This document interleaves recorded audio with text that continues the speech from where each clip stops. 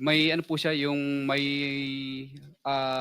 heart condition din po siya, at saka po ano po, bali nagpadala po siya ng letter po dito. Hindi ko lang po nabasa kung ano yung iba pang content.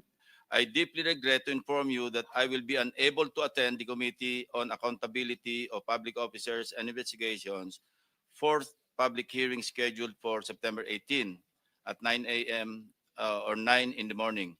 Regrettably, I have an important meeting with my employees on the day of the hearing to explain the problem that the company is facing now. Mr. Chairman, with that letter, nagsisinungaling itong si Mr. Diskaya na meron daw karamdaman yung kanyang asawa.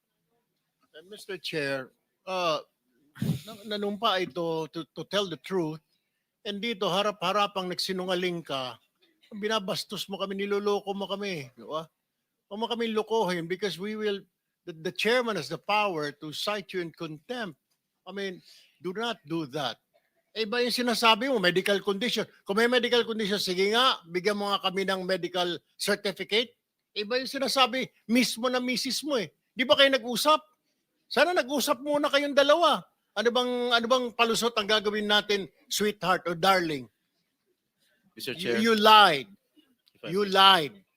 Paano ba kami maniniwala sa mga pinagsasabi mo? Kung meron siya sakit, okay lang. But provide us with a medical certificate. Yeah, what is the pleasure of the members of the committee? Yeah, Senator Pangilinan. Why will we ask for a medical certificate when clearly he is lying because the wife has already said? Again, the chair asks, what is the pleasure of the members? I-contempt, Mr. Chair. Is that a motion? I seconded, Mr. Chair. Kindly raise a motion. I-contempt, Mr. Chair. I want Move, Mr. Chair. I want Mr. to Chair? file him in contempt.